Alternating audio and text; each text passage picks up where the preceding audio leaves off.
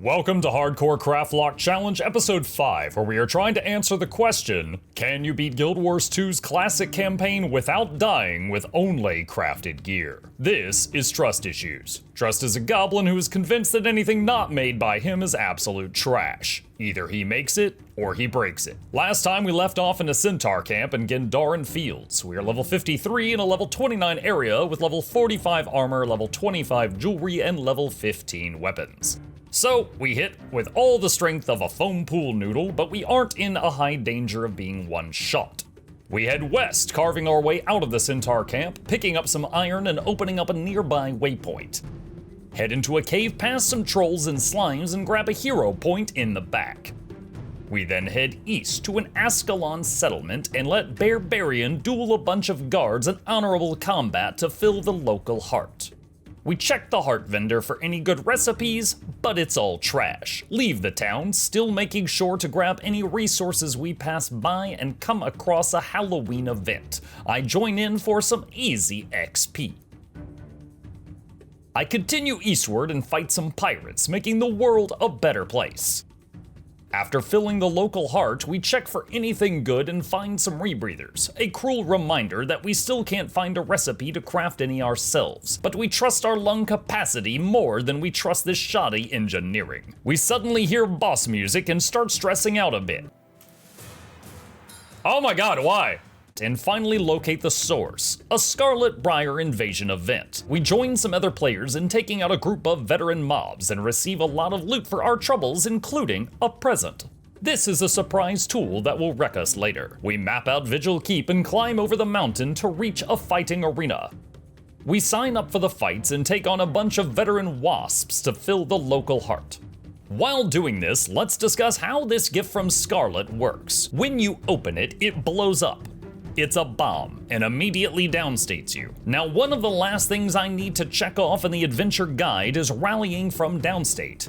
Downstate is, of course, one step away from death, which we are trying to avoid. But the adventure journal gives a lot of experience. So I'm going to try getting a mob almost dead, then opening the present to downstate myself, then immediately rally from the mob dying to Barbarian, thus completing the adventure journal.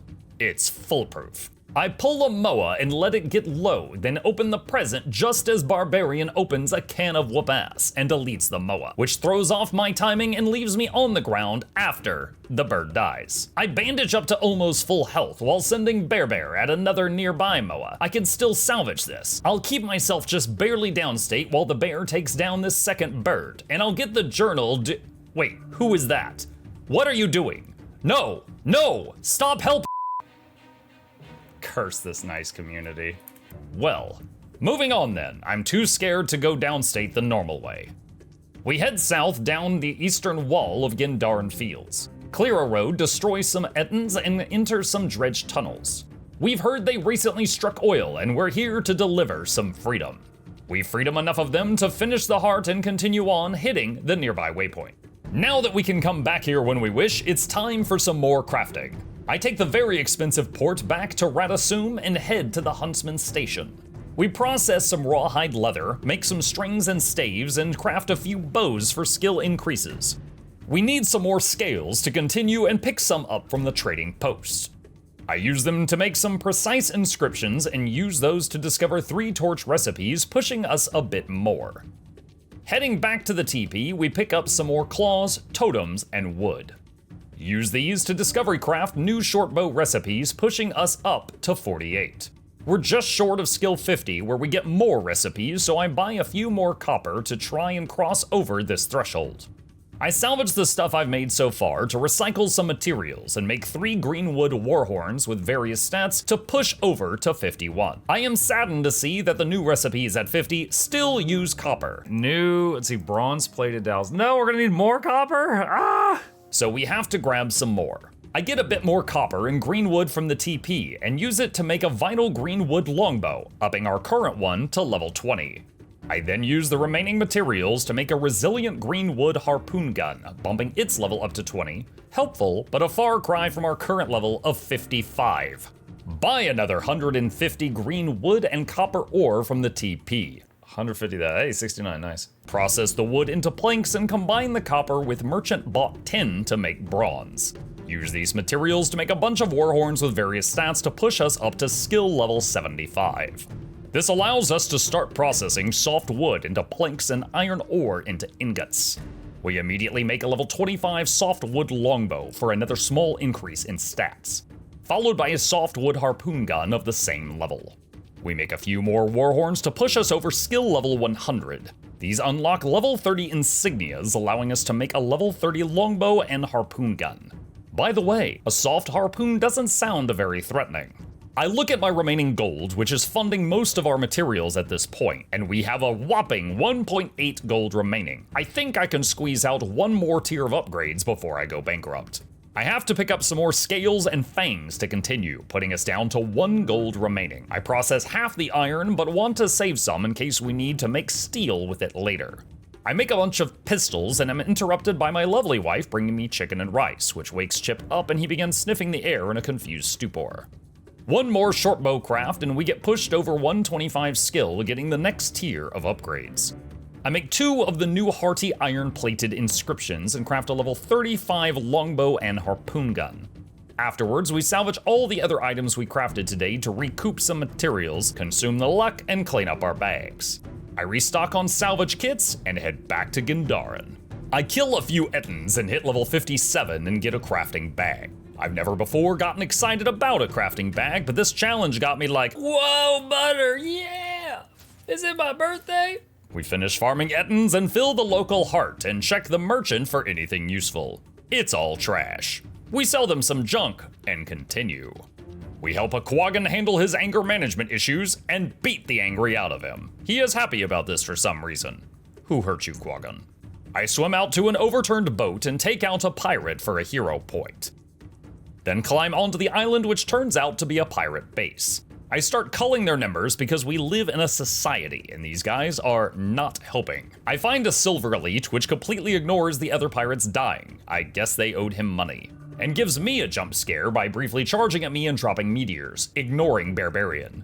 We go invisible with Longbow 3 to wait it out a few moments before finishing him off. I finish up with the pirates and stop by the heart vendor that wanted them dead, browse their terrible items, clean out my bags, and head south across the lake. Arrive at yet another infested human farm. Seriously, guys? And climb onto a large pipe to get the local vista. I then help clear giant pests from the farm for the 100th time, and chat suggests I go attempt to solo a dungeon for no reason at all. I politely decline. We visit the heart merchant and grab green beans, apples, celery, cumin, lemons, and nutmeg in bulk in case our chef needs it later. I head east down the road and over a bridge, grabbing some more ingredients and taking out a few moas, hoping for more poultry meat. I arrive at some rich person's house that is infested with pirates? Mo money, mo problems, I guess. We begin murdering our way through their flower beds and taking care of the uninvited occupants. I murder my way up to the roof to get the vista and drop down to the beach to grab some iron. I then head back inside to check with the heart merchant, but nothing eye-catching besides bananas. I grab one bag just to confirm I have plenty of that in the material storage, and I do, so I leave it at that. I head out and head south, dropping a few more moas on the way. Ah, poultry meat, yes! I check my map and realize I missed something in the bottom left corner for the map completion and waypoint as close to it as I can. Grab some onions and enter the Stonebore Vaults. We followed some minecart tracks and clear some spiders and find a clearing with a rich candy corn node and a hero point challenge, which is the final thing we need for 100% map completion. We get 2 items to salvage, a nice 40 iron ore, and another Black Lion key. Dude, that's my 3rd Black Lion key.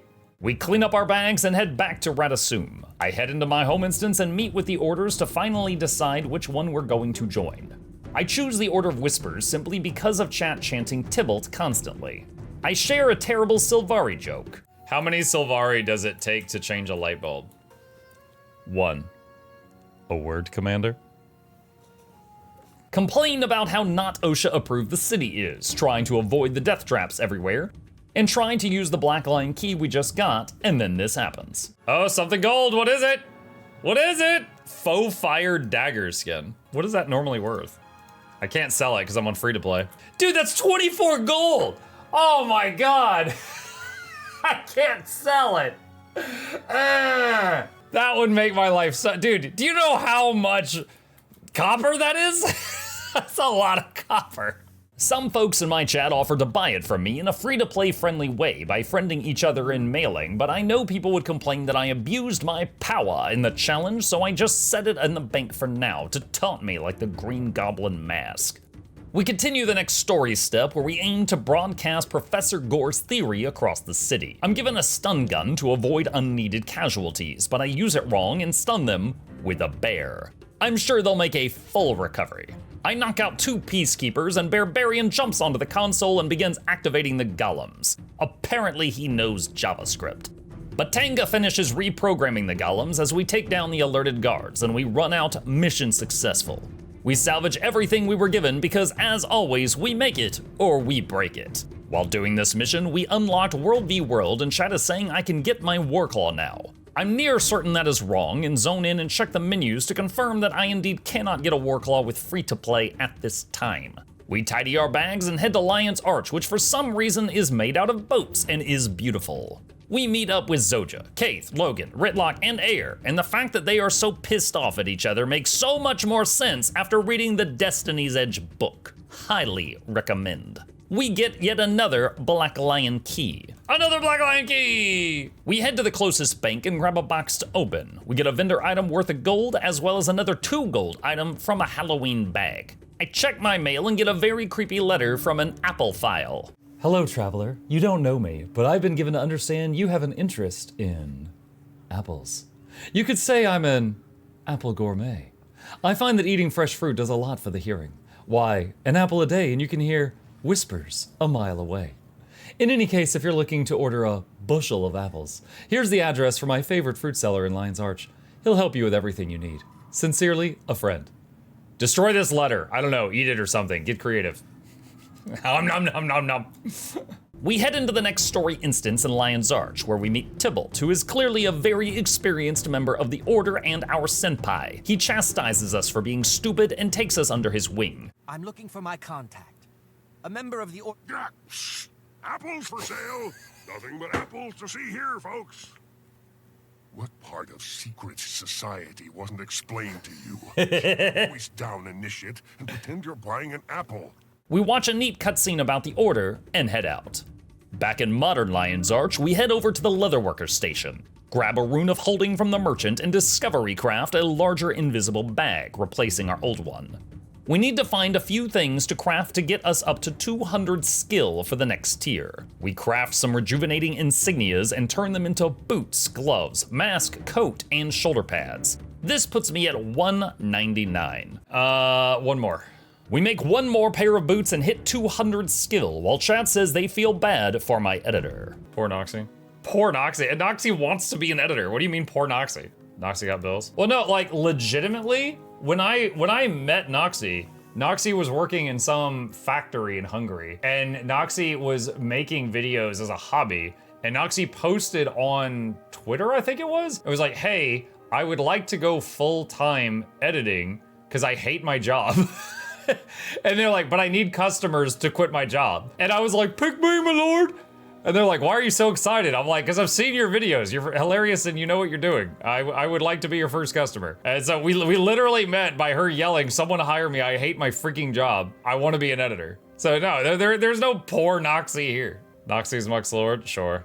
In the next tier, I look at the price of scales and I no longer think I have a lot of money. We buy just enough to make a set of usable armor, more concerned with upgrades than skill right now.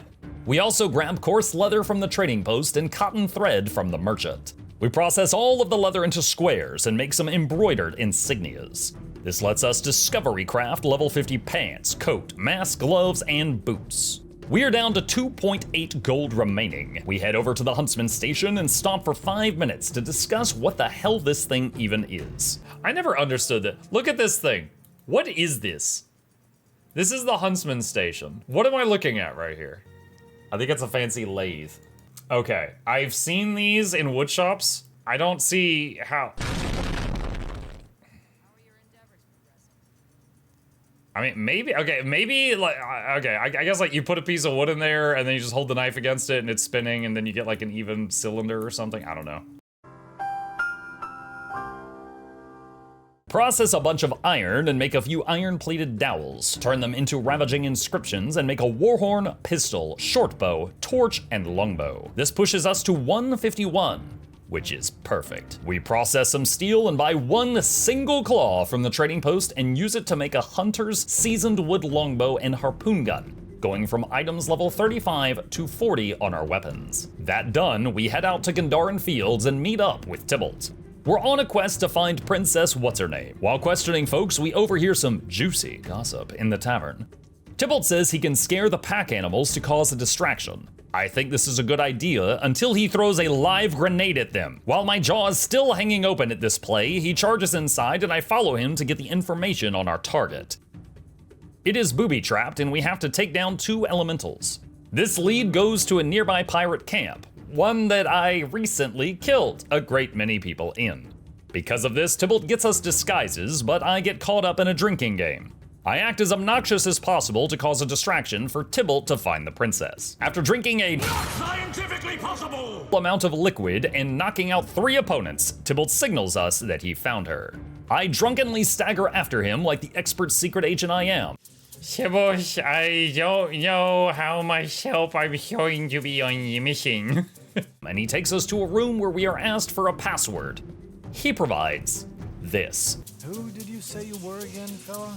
I'm 2 Tibbs a Whisker. This is blood-covered backstabbing Blackjack the Blade.